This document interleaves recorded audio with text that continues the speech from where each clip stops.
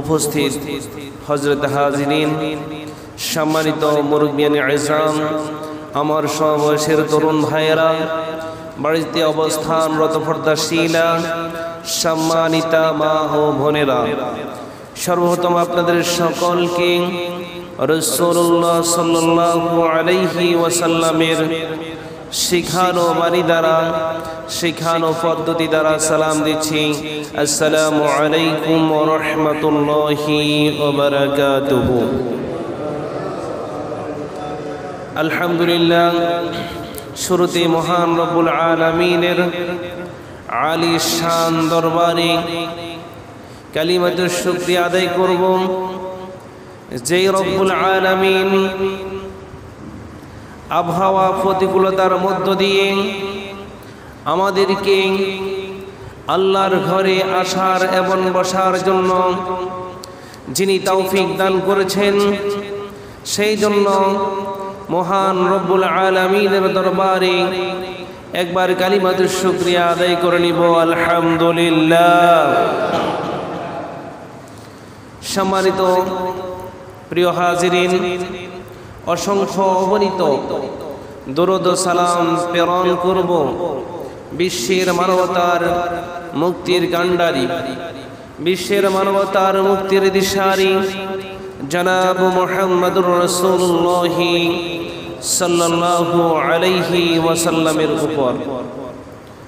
সম্মানিত হাজিরিন, আজকে আমি আপনাদের সামনে যেই বিষয়টা নিয়ে কথা বলবো, শুরুতে আজকের আলোচনার বিষয়বস্তু বলে দিচ্ছি। আজকের আলোচনার বিষয়বস্তু হচ্ছে ঈমান ভঙ্গের কারণ। কি কি কারণে ঈমান ভঙ্গ হয়ে যায়, এই বিষয় নিয়ে আলোচনা করব ইনশাআল্লাহ। মানুষ ওযু ভঙ্গের কারণ জানে, কি কি কারণে ওযু ভঙ্গ হয়ে যায়, ওযু ভঙ্গের কারণ জানে, নামাজ ভঙ্গের কারণ জানে, কিন্তু আমরা অনেকে রয়েছি ঈমান ভঙ্গের কারণ জানি না।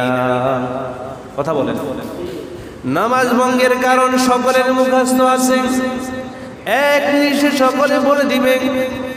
ওযু ভঙ্গের কারণ এক নিঃশ্বাসে সকলে বলে দিবে, কিন্তু ঈমান ভঙ্গের যে কারণ রয়েছে, আমাদের ৯৮% মুসলমানের ভিতরে ঈমান ভঙ্গের কারণগুলো জানে না।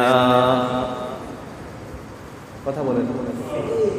কি কি কারণে ঈমান ভঙ্গ হয়ে যায়, আমাদেরকে সেই বিষয়গুলোর প্রতি খেয়াল রাখতে হবে।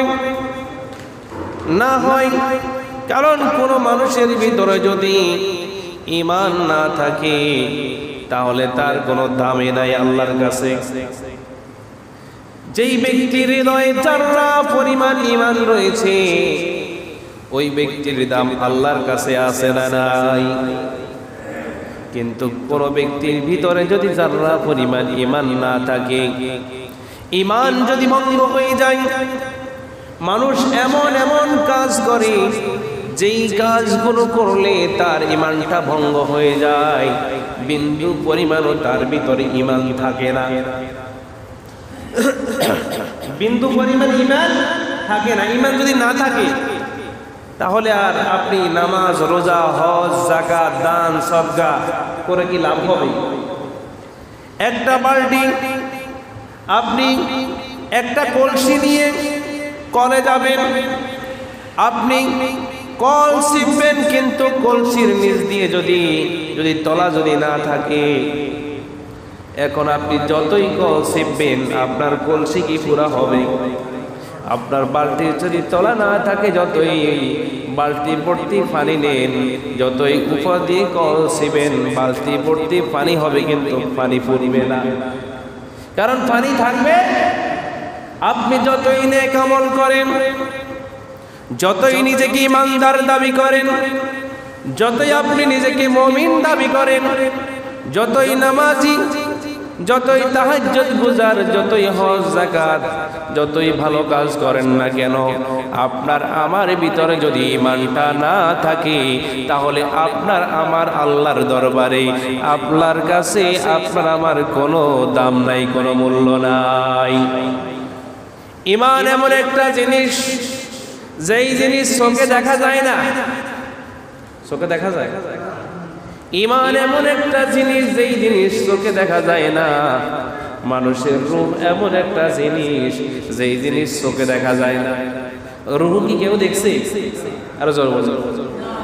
আজ পর্যন্ত কেউ কি রূহ দেখেছে? কিন্তু রূহ আছে, সেটা অনুভব করা যায়। একটা মানুষ যখন নাড়াচাড়া করে, তখন বোঝা যায় তার ভিতরে রূহটা আছে। কথা বলে। ঈমান এমন একটা জিনিস, যেই জিনিস দেখা যায় না, কিন্তু মানুষের কাজে কর্মে বোঝা যায় তার ভিতরে ঈমান আছে না গেছে। কথা বলেন না, বুঝাইতে পারিনি? কাজে কর্মে প্রমাণ হয়ে যায় মানুষের ভিতরে ঈমান আছে না নাই। সুতরাং এই ঈমান ভঙ্গের 10টি কারণ বলবো আজকে। কয়টি? যদি সময় হয় 10টি ঈমান ভঙ্গের কারণ বলবো। এই 10টি কারণ বলতে গেলে আমার বিরুদ্ধে যেতে পারে, আপনার বিরুদ্ধে যেতে পারে, আপনার দলের নেতার বিরুদ্ধে যেতে পারে, নেত্রীর বিরুদ্ধে যেতে পারে, আপনার মা বাবার বিরুদ্ধে যেতে পারে। যদি রাগ করেন, বুঝতে হবে আপনার ভিতরে ঈমান নাই। কথা বুঝতে পারছেন? এটা যে কোনো মানুষের ভিতরে, সেই রাজা হোক আর প্রজা হোক, ধনী হোক আর গরিব হোক, কথা বলে, সাদা হোক আর কালো হোক, লম্বা হোক আর বেটো হোক, এই 10টি কারণ, 10টি লক্ষণ যদি কোনো ব্যক্তির ভিতরে দেখা যায়, বুঝতে হবে তার ভিতরে ঈমানটা নেই। কথা বলেন ঠিক কিনা? 1 নাম্বার ঈমান ভঙ্গের কারণ, আল্লাহকে বাদ দিয়ে কেউ যদি গায়রুল্লাহর ইবাদত করে, তাহলে সঙ্গে সঙ্গে সেই ঈমান হারা হয়ে যাবে, সঙ্গে সঙ্গে তার ঈমানটা ভঙ্গ হয়ে যাবে। তাকে আবার কালিমা পড়ে মুসলমান হতে হবে। আপনার ইবাদত পাওয়ার একমাত্র যোগ্য কেবলমাত্র মালিককে, আল্লাহ তাআলা।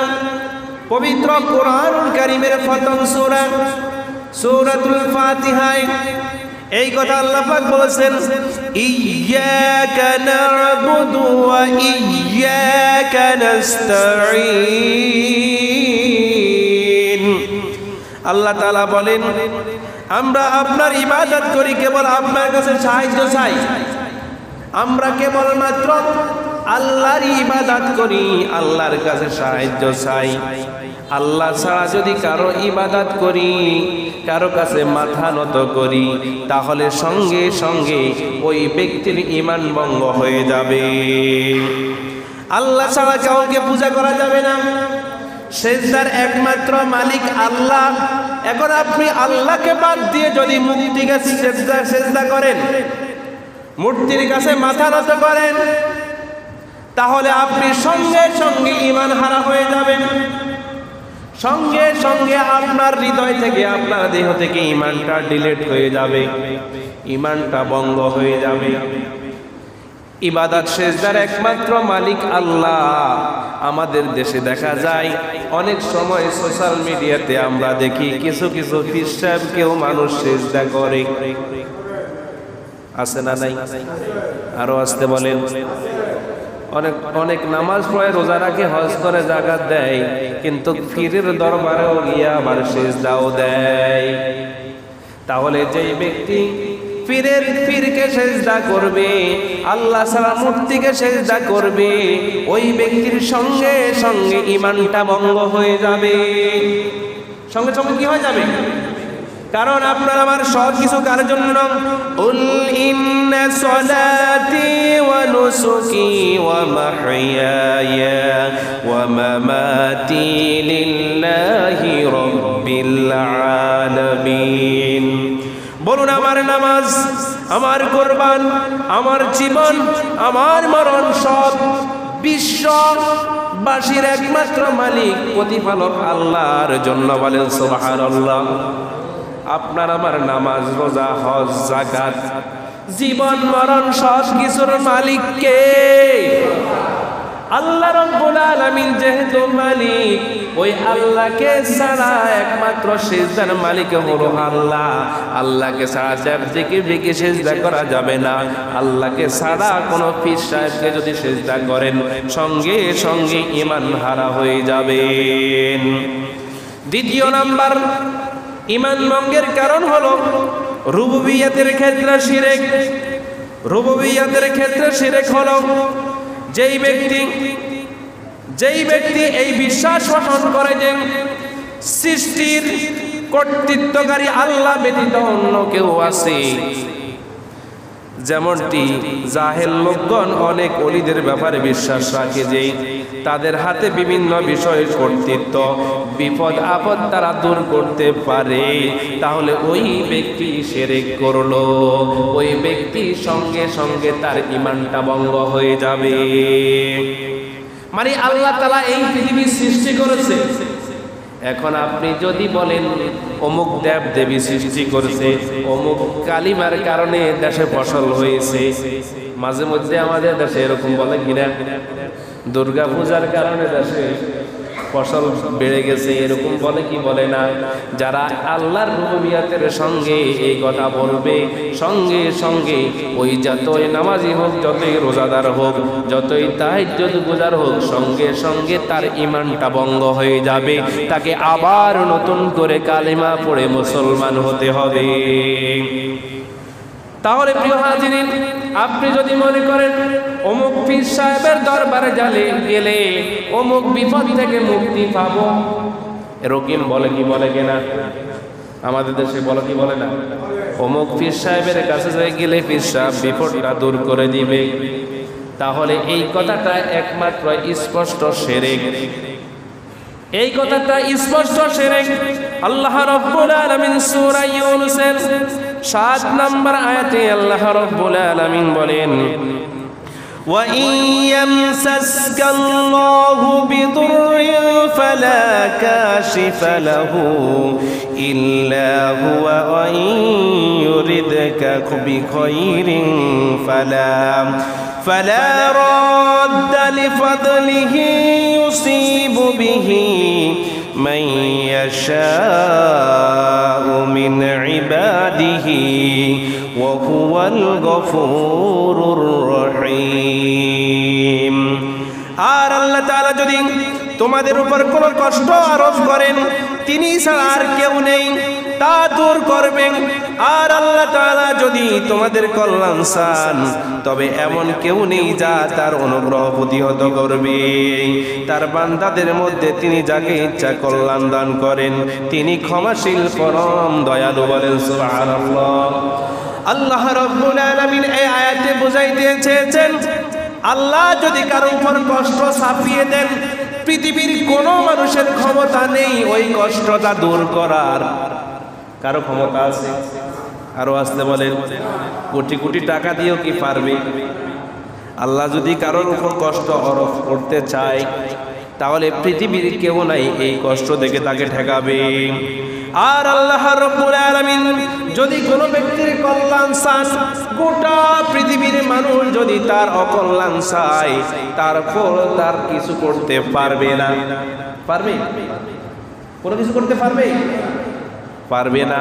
তাহলে যেই ব্যক্তি আল্লাহ ছাড়া অন্য কাউকে মুক্তির দূত হিসাবে বিপদ আপদ থেকে মুক্তির জন্য প্রার্থনা করবে, ওই ব্যক্তি শিরক করলো, সঙ্গে সঙ্গে তার ঈমানটা ভঙ্গ হয়ে যাবে।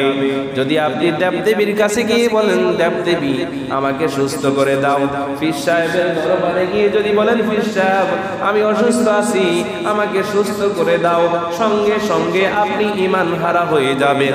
কথা বলে সঙ্গে সঙ্গে হারা হয়ে যাবে, ঈমান হারা হয়ে যাবেন, ঈমান ভঙ্গ হয়ে যাবে, আপনার ভিতরে বিন্দু পরিমাণ আর ঈমান থাকবে না।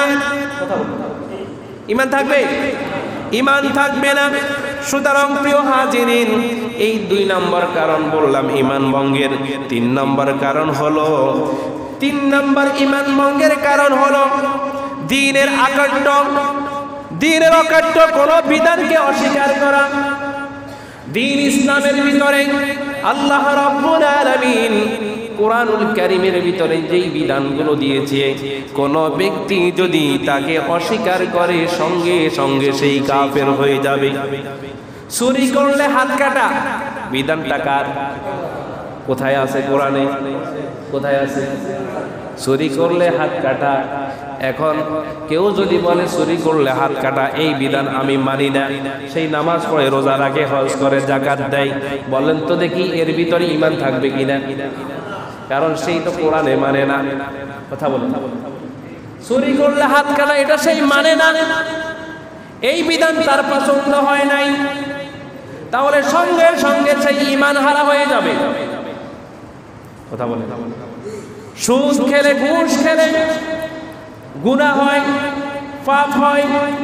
এখন সেই যদি বলে না সুদ ঘুষ খেলে পাপ হয় না, এটা আমি মানি না, সঙ্গে সঙ্গে সেই কাফের হয়ে যাবে।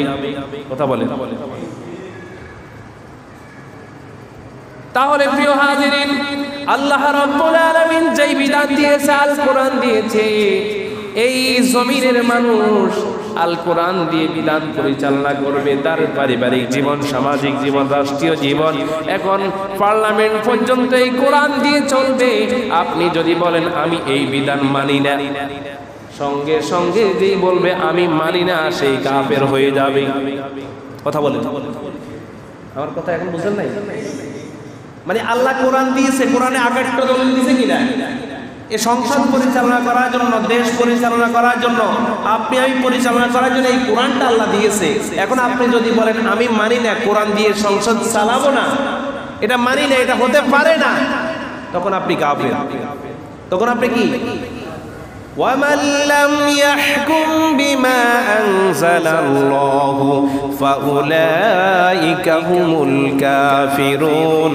যারা আল্লাহর নাজিলকৃত বিধান দিয়ে বিচার ফয়সালা করে না, আল্লাহ তাআলা বলেন তারা কাফের। তারা কি? এটা কি আমার কথা না আল্লাহর কথা? একটু উত্তর দিন, আমার কথা না আল্লাহর কথা? আল্লাহর নাজিলকৃত বিধান কি? আল কোরআন। কি?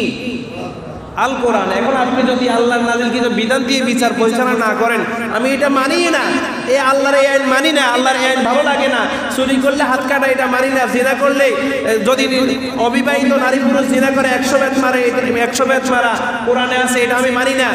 যদি মদ খায়, কেউ যদি মদ খায়, মদের শাস্তি হলো 80 বেত লাগাত, এটা আমি মানি না।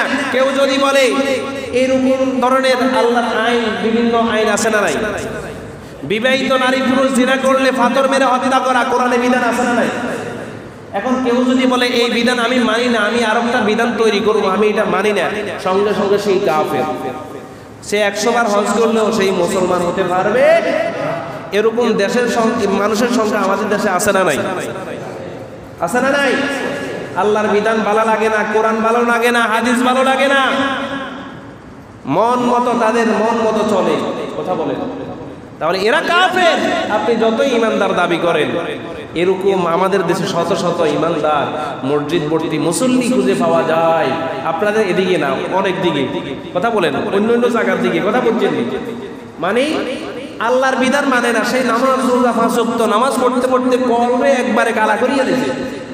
কিন্তু আল্লাহ যখন বিভিন্ন বিধানের কথা বলে, সেই বিধান সেই মানতে রাজি না। কথা বলেন, মানতে তার আপত্তি আছে।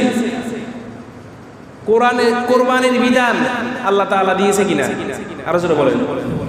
আমাদের দেশে কিছু সুশীল সমাজ আছে, কিছু নাস্তিক আছে, এরা বলে কোরবানি না করে কোরবানির টাকা গরিব দুঃখীদেরকে দিলে সওয়াব হবে। বলেন না নাউজুবিল্লাহ। কোরবানি এটা আল্লাহর বিধান, সেই এই বিধানটা কিভাবে আসছে কাজ কাটি, সে অন্যমি যেতে পারে, এই জন্য কয় এই টাকা গরিব দুঃখীরে দিয়ে দিলে এটা সওয়াব হবে। সে আল্লাহর বিধানকে অস্বীকার করেছে, সেই কাফের হয়ে যাবে, ঈমান ভঙ্গ হয়ে যাবে তার। সুতরাং প্রিয় হাজিরিন, আল্লাহর তাহলে ঈমান ভঙ্গের 3 নম্বর কারণ হলো আপনার আল্লাহর বিধান যদি কেউ না মানে, অকাট্যভাবে আপনার কোন বিধানকে যদি সরাসরি অস্বীকার করে, সেই কাফের। আপনি কোরআন শরীফের 30 পারা মানেন, যদি কোন একটা সূরা আমি মানি না, 114টা সূরার ভিতরে আপনি যদি বলেন 113টা সূরা আমি মানি, ঠিক আছে, এটা আমার পক্ষে আছে, একটা সূরা আমার বিপক্ষে আছে, তাহলে সেই লোক সঙ্গে সঙ্গে কাফের হয়ে যাবে। কেউ যদি বলে আমি কোরআন শরীফের 6600 আপনার 65টা আয়াত মারি, একটি আয়াত মারি না, সুদের আয়াত মারি না, সঙ্গে সঙ্গে সেই কাফের হয়ে যাবে। কথা বলেন, কি মুসলমান থাকবে?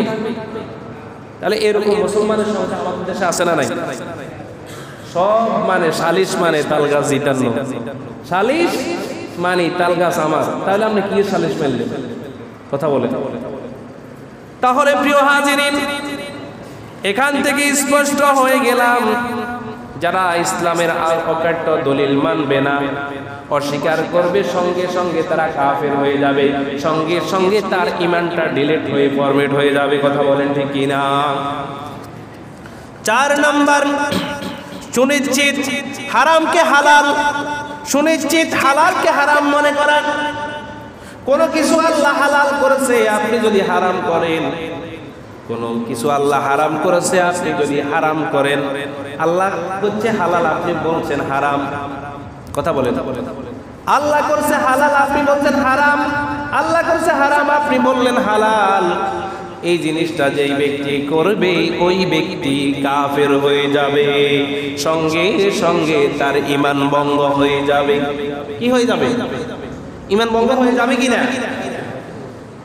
এখন সুদ হারাম করছে আল্লাহ, আপনি যদি বলেন হালাল, কথা বলেন, তাহলে এই ব্যক্তির ঈমান থাকবে না যাবে? ঘুষ আল্লাহ তাআলা হারাম করছে, আপনি যদি বলেন ঘুষ খাওয়া হালাল, সঙ্গে সঙ্গে কাফের। কথা বলেন, কোনো কিন্তু টিন্তু নাই। ইসলাম ঈমানের ক্ষেত্রে কোনো কিন্তু টিন্তু চলবে না, এবং তেমন চলবে না, সঙ্গে সঙ্গে সেই কাফের হয়ে যাবে। মদ খাওয়া আল্লাহ হারাম করছে, কি করে নাই? ইন্নামাল খামরু ওয়াল মাইসিরু, মদ জুয়া, এটা হালাল না হারাম? আরো আসতে বলেন, একটু জোরে আওয়াজ দিয়ে বলেন, এটা হালাল না হারাম? এখন আপনি যদি মদের লাইসেন্স দেন, তার মানে আপনি এটা হালাল করলেন। কথা বলেন, মদকে আল্লাহ হারাম করেছে, এখন আপনি লাইসেন্স দেয়, আমাদের দেশে আছে না নাই? আর যেন মদের লাইসেন্স যেই আপনার হোটেলগুলোতে লাইসেন্স দেয়, ওই হোটেলগুলোতে মদ খেতে পারবেন। তাহলে এই লাইসেন্স দেওয়ার ক্ষমতা আপনাকে কে দিল? তাহলে যেই ব্যক্তি লাইসেন্স দিল, হারাম জিনিস, সে হারাম জিনিসকে হালালের লাইসেন্স দিল, কোনো অসুবিধা নাই। যেই সব হোটেলগুলোতে নিষিদ্ধ পতিতাবৃত্তি হয়, ওইগুলো হারাম, কিন্তু প্রশাসন থেকে অনুমতি দিয়ে লাইসেন্স দিয়ে এগুলো হালাল করে। আমাদের দেশে আছে না নাই? আরো আসতে বলে, আছে না নাই? তাহলে আল্লাহ করছে হারাম, আপনি বললেন হালাল, সঙ্গে সঙ্গে ঈমান হারা হয়ে যাবে। গোশত খাওয়া হালাল না হারাম? আরো আসতে বলেন, গরুর গোশত খাওয়া হালাল না হারাম? হালাল। এখন আপনি যদি বলেন গোশত খাওয়া হারাম, তাহলে এই ব্যক্তি এই ইসলামের এই বিধানকে লঙ্ঘন করছে কিনা? আরো আসতে বলেন, মরা গরুর গোশত খাওয়া হালাল না হারাম? আরো আসতে বলেন, যেই গরু আল্লাহর নাম নিয়ে জবাই করা হয় না, বিসমিল্লাহ বলে জবা হয় না, যেই পশু, ওই পশু খাওয়া হারাম। কি হারাম?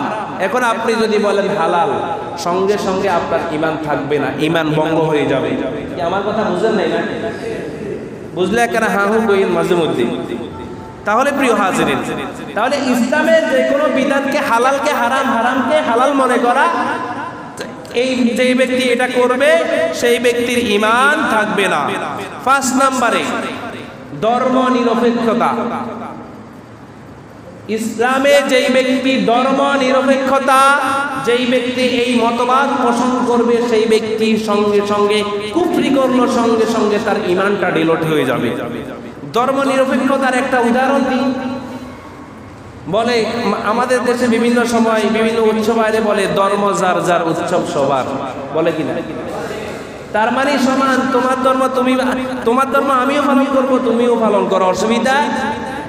এটা যে ব্যক্তি করবে, যে ব্যক্তি বলবে ধর্ম যার যার, উৎসব সবার, ওই ব্যক্তি ধর্ম নিরপেক্ষতা করলো, ওই ব্যক্তির সঙ্গে সঙ্গে ঈমান ভঙ্গ হয়ে যাবে। আপনি ধর্ম নিরপেক্ষতার কথা বলে, কারণ ইসলাম যারা কাফের মুশরিক, তারা তাদের ধর্ম পালন করবে। কথা বুঝে আসছে?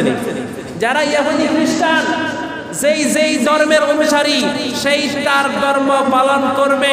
এটা আল কোরআনে তাদেরকে এই অধিকার দিয়েছে। কথা বলেন, কোরআন হাদিসে তাকে এই অধিকার দিয়েছে যে যেই ধর্ম পালন করে সেই ওই ধর্ম শান্তিভাবে সুন্দরভাবে পালন করতে পারবে, এতে কোনো বাধা। কিন্তু ধর্ম যার যার যার যার উৎসব সবার, এই কথা বলে সব ধর্মের লোক এক হয়ে আপনার মঙ্গল শোভাযাত্রা করবেন, এটা হলো কাফের, সঙ্গে সঙ্গে তার ঈমান হারা হয়ে যাবে। অনেক মঙ্গল শোভাযাত্রায় মুসলমানের সন্তানদেরকে পাওয়া যায় কি যায় না? আরো আসতে বলেন। দাড়িওয়ালা টুপিওয়ালা জুব্বাওয়ালাদেরকে পাওয়া যায় কি যায় না? যারা ওই মঙ্গল শোভাযাত্রায় অনুষ্ঠানে অংশগ্রহণ করবে তাদের ঈমানটা ডিলিট হয়ে যাবে, ঈমানটা ভঙ্গ হয়ে যাবে। আপনি ধর্ম যার যার উৎসব সবার বলে সরল মনা মুসলমানদেরকে সেই অনুষ্ঠানে নিলেন, কিন্তু আপনার ঈদগাহে তো একটা হিন্দুকে আনতে পারলেন না, পারলেন? কোন হিন্দু, ইহুদি, খ্রিস্টান কি আমাদের ঈদের দিন ঈদগাহে কি ঈদের নামাজ পড়ার জন্য এসেছে? আপনার মুখে হাত দিয়ে বলেন এসেছে কেউ? আরো আসতে বলেন এসেছে? তো তাহলে ধর্ম যার যার উৎসব সবার কেমন হইল? বলেন, ধর্ম যার যার উৎসব সবার কেমন হইল? তারা আমাদের ঈদগাহে আসে নাই, আর আপনি তাদের মঙ্গল শোভাযাত্রা গেলেন, ধর্ম যার যার উৎসব সবার বললেন, এই কথা বলে গেলেন, আর তারা ওইখানে কি ঈমান হারা হয়ে গেলেন। আর তারা আমাদের মসজিদে, আমাদের ঈদের জামাতে, আমাদের ঈদুল আজহার আমাদের সঙ্গে কোরবানি পড়লো না, নামাজও পড়লো না, তাহলে কিভাবে ধর্ম যার যার উৎসব সবার হলো? হলো? তাহলে যাবেন মঙ্গল শোভাযাত্রা, যাবেন ইহুদি খ্রিস্টানদের অনুষ্ঠানে যাবেন? সুতরাং এই কথা যারা বলবে ধর্ম যার যার উৎসব সবার, কারণ আল্লাহ তাআলা কোরআনে বলছেন লাকুম দীনুকুম ওয়ালিয়া দীন, তোমার ধর্ম তোমার, আমার ধর্ম আমার। কথা বলেন, লাকুম দীনুকুম ওয়ালিয়া দীন কোরআনে আছে না নাই? সূরা কাফিরুনে আছে না নাই? তোমার ধর্ম তোমার, আমার ধর্ম তোমার। ধর্মের তুমি নিয়ম শৃঙ্খলা তুমি পালন করো, আমার ধর্মের নিয়ম শৃঙ্খলা আমি পালন করব, কিন্তু ধর্ম যার যার উৎসব সবার এটা হবে না। লাকুম দীনুকুম ওয়ালিয়া দীন আল্লাহ তাআলা স্পষ্ট করে দিয়েছে। তারপরে আমাদের মুসলমান সন্তানরা আজকে তাদের সঙ্গে গিয়ে এই কথা বলছে। তাহলে ঈমান ভঙ্গের 5 নম্বর কারণ হলো ধর্ম নিরপেক্ষতা। 6 নম্বর হলো দ্বীনের কোন বিষয় অপছন্দ না করা, এর প্রতি বিদ্বেষ পোষণ করা। ইসলামে আল্লাহ রাব্বুল আলামিন অনেক বিধান দিয়েছে, আপনি যদি এই বিধানকে অপছন্দ করেন, আল্লাহ তাআলা চুরি করলে হাত কাটার বিধান দিয়েছে, জেনা করলে হত্যা করার বিধান দিয়েছে কি দেয় নাই? এখন আপনি যদি বলেন আহারে এই জিনিসটা ঠিক হলো না, এই জিনিসটা আল্লাহ এই বিধানটা দেওয়া ঠিক হলো না, একটা মানুষের হাত কাটি দেওয়া, তা জিনা করলে জীবন্ত বিবাহিত নারী পুরুষ জিনা করলে জীবন্ত পাথর মেরে হত্যা করে দেওয়া কোরআনে আছে না নাই? আপনি যদি বলেন আহারে ধরো এই জিনিসটা আল্লাহ পছন্দ হইল না, সঙ্গে সঙ্গে আপনি কাফের হয়ে যাবেন, ঈমান হারা হয়ে যাবেন। কথা বুঝে আসছেন? আপনার কোনো কিছু নিয়ে, ইসলামের কোনো বিধিবিধান নিয়ে কোনো ব্যক্তি যদি বিদ্বেষ পোষণ করে, বিদ্বেষ পোষণ করে, অপছন্দ করে, দ্বিমত পোষণ করে, ইসলামের মেন যেই কোরআন হাদিস আপনার নামাজ রোজা হজ যাকাত এগুলো রয়েছে, এগুলোর ব্যাপারে যদি কেউ দ্বিধা দ্বন্দ্বে পড়ে, তাহলে বুঝতে হবে ওই ব্যক্তির ঈমান ভঙ্গ হয়ে গেছে। ওই ব্যক্তির কি ভঙ্গ হয়ে গেছে? ঈমান ভঙ্গ হয়ে গেছে। তারপরে 7 নাম্বার ঈমান ভঙ্গের কারণ হলো আল্লাহ রাসূলকে দ্বীনকে নিয়ে ঠাট্টা বিদ্রূপ করা, দ্বীনকে গালি দেওয়া। যেই ব্যক্তি আল্লাহ রাসূলকে নিয়ে বাজে মন্তব্য করবে, খারাপ ধারণা পোষণ করবে, আল্লাহকে গালি দিবে, আল্লাহকে নিয়ে খারাপ মন্তব্য করবে, ইসলামের বিধিবিধানকে ঠাট্টা বিদ্রূপ করবে, ওই ব্যক্তি সঙ্গে সঙ্গে কাফের হয়ে যাবে। কথা বুঝে আসছেন? কয়েক বছর আগে বাংলাদেশের একজন মন্ত্রী হজকে নিয়ে কটূক্তি করছে কিনা? কথা বলেন, কটূক্তি করছে না? তাহলে ইসলামের এইরকম মেন বিধান নিয়ে যদি কেউ যদি কটূক্তি করে, ওই ব্যক্তি সঙ্গে সঙ্গে কাফের হয়ে যাবে, সঙ্গে সঙ্গে তার ঈমান ভঙ্গ হয়ে যাবে। কথা বলেন, ইসলামের বড় বিষয় নিয়ে। সুতরাং জীবনে মরণে শয়নে সফরে আল্লাহকে ভালোবাসতে হবে, রসুলকে ভালোবাসতে হবে, ইসলামকে ভালোবাসতে হবে। আপনি মানেন না সেটা হচ্ছে ভিন্ন ব্যাপার। কথা বলেন, মানেন না সেটা হচ্ছে ভিন্ন ব্যাপার, এর কারণে আপনি গুনাহ আপনার হবে। কিন্তু যদি আপনি বলেন আমি মানি না এই জিনিসটা, সঙ্গে সঙ্গে কাফের। কথা বলেন, সঙ্গে সঙ্গে কি কাফের। ঈমান ভঙ্গের 8 নম্বর কারণ হলো আল্লাহ ব্যতীত অন্য কোন ব্যক্তির কাছে, বস্তুর কাছে প্রার্থনা করা, এটা শিরক। আল্লাহ ব্যতীত কারো কাছে প্রার্থনা করা শিরক, কি শিরক। এবং যেই ব্যক্তি আল্লাহ ব্যতীত ধরেন সন্তান দেওয়ার মালিক কে? আরো আসতে বলেন, কে? আপনি যদি ফির সাহেবকে বলেন ফির সাহেব আমার একটা সন্তান দেন, আমাদের দেশে এরকম অনেক ফির সাহেবের কাছে মানুষ যায় কি যায় না? আরো আসতে বলেন, যায় কি যায় না? যারা এরকম যাবে সঙ্গে সঙ্গে তার ঈমানটা ডিলিট হয়ে যাবে, ঈমানটা ভঙ্গ হয়ে যাবে। তাহলে ঈমান ভঙ্গে একমাত্র সন্তান দেওয়ার মালিক কে? তাহলে আল্লাহ সন্তান দেওয়ার মালিক, কোন ফির সাহেব সন্তান দেওয়ার মালিক নয়। একজন ফির সাহেব এরকম উঠালে ঠুকুর ঠাকুর করতেছে, এখন ভাইয়ের মানুষ আশপাশে দেখি কিরি এই ফির সাহেব উঠালের মধ্যে এরকম লাঠি নিয়ে ঠুকুর ঠাকুর করতেছে, গা একবার এন্দি পাড়াই মারে কয় আচ্ছা ফির সাহেব বটো নাকি? আর কইয়েন না, কাবার শরীফে কুত্তা ঢুকছে, এলাই কুত্তা দৌড়াইতে আছে। এখন ওই ফির সাহেবের দাওয়াত দিছে, দাওয়াত দিয়ে খাওয়াই কয়, ফির সাহেবের দাওয়াত দিয়ে বাতের না সে ডিম দিছে। এখন বাদ দেওয়ার পরে ফির সাহেব ভাত খাইতেছে না, কয় ফির সাহেব আপনার জন্য খাবার রেডি করছে। কথা খাওয়ার কেমনে খামো? তরকারি নেই। খাওয়ার কেমনে খামো? তরকারি নেই। এখন কয় ফির সাহেব আপনি আমাদের উঠাল থেকে আপনি কাবার শরীফের কুত্তা দৌড়াইলেন, আর আপনার বাতের না আছে ডিম আছে, আপনি বুঝি এটা দেখেন। কথা বলেন, বাতের না আছে ডিম আছে, আপনি সেটা দেখেন না, এতে কাবার শরীফের কুত্তা দৌড়াইতে উঠাতে থাকি। তাহলে এরকম ফির সাহেব আমাদের দেশে আছে না নাই? আছে না নাই? ভণ্ড, বেশিরভাগই ভণ্ড। শতকরা 98% বাংলাদেশে যারা পীর দাবি করে বেশিরভাগ ভণ্ড। কথা বলে, পীর হচ্ছে ওই ব্যক্তি যার কাছে কোরআন আছে, হাদিস আছে, যে ব্যক্তি নামাজ, রোজা, হজ, যাকাত, ইসলামের বিধিবিধান পালন করে, ওই ব্যক্তি বড় পীর। কথা বলেন। আল্লাহ রাসূল বলে আমার উম্মতের মধ্যে অনেকে পীর সাহেব আছে, অনেকে পীর সাহেব আছে নিজেও জানে না। কথা বলেন, সেই নিজেও জানা, সেই নামাজ, রোজা, হজ, যাকাত সব কিছু করে, সেই পীর না। কথা বলেন, হয়তো খানকা নিয়ে বসে নয়, হয়তো খানকা নিয়ে মজমা নিয়ে বসে নয়, কিন্তু ইবাদত যার ভিতরে বেশি পাবে ওই ব্যক্তি হচ্ছে সবচেয়ে বড় পীর। কথা বলেন, আমার কথা বুঝেন নাই? তাহলে আপনার 9 নম্বর ঈমান ভঙ্গের কারণ হলো আল্লাহর আইনের বিপরীত আইন প্রয়োগ করা। আল্লাহ কোন আইন দিয়েছে, এর বিপরীতে সে আরেকটা আইন তৈরি করলো, আল্লাহর আইন ভালো লাগলো না, ওই ব্যক্তি কাফের। ওই ব্যক্তির সঙ্গে সঙ্গে ঈমানটা নষ্ট হয়ে যাবে, ঈমানটা ডিলিট হয়ে যাবে, ঈমানটা ভঙ্গ হয়ে যাবে। কথা বলেন, আল্লাহ একটা আইন দিয়েছে, আপনি আরেকটা আইন করলেন, তাহলে এরকম আছে না নাই? আল্লাহর আইন মানে না, আল্লাহর আইনের বিপক্ষে আইন তৈরি করে, যারা এরকম করবে তাদের ঈমানটা ভঙ্গ হয়ে যাবে। 10 নম্বর ঈমান ভঙ্গের কারণ হলো মুসলমানদের বিরুদ্ধে তাগুতকে সাহায্য করা। যে ব্যক্তি কোন মুসলমানের বিরুদ্ধে তাগুতকে সাহায্য করলো, ওই ব্যক্তির ঈমানটা ভঙ্গ হয়ে যাবে। আপনি কোন মুসলমান বিপদে পড়ছে, তাকে সহযোগিতা না করে একজন ইহুদি, খ্রিস্টান, একজন নাফরমানকে আপনি যদি সাহায্য সহযোগিতা করেন, তাহলে আপনার ঈমানটা ভঙ্গ হয়ে যাবে। কথা বলেন, মানে মুসলমানদের ব্যতীত আপনি সাহায্য সবাইকে করার অসুবিধা নাই, কিন্তু আপনি মুসলমান ভাইকে বাদ দিয়ে আরেকজনকে, কথা বলেন, মারে বাদ দেন আর শাশুড়িরে হজ করায়। আমাদের দেশে আছে না নাই? মার খোঁজ খবর নাই, শাশুড়িরে হজ করায়। তাহলে এইরকম লোক আমাদের দেশে অহরহ আছে। সুতরাং আপনাকে আমাকে এই ঈমান ভঙ্গের কারণগুলোর প্রতি আমাদেরকে খেয়াল রাখতে হবে। সুতরাং প্রিয় হাজিরিন, সুতরাং আমাদেরকে সর্বসময় মুসলমানদের পাশে থাকতে হবে। কথা বলেন, ফিলিস্তিনে মুসলমানদেরকে ইসরায়েল সৈন্যবাহিনী মেরে ফেলতেছে। কথা বলেন, আমাদের বাংলাদেশের প্রধানমন্ত্রী শেখ হাসিনা এটার জন্য প্রতিবাদ জানাইছে কিনা? জানাইছে। তীব্র নিন্দা প্রকাশ করছে কিনা? করছে। দুঃখ প্রকাশ করছে।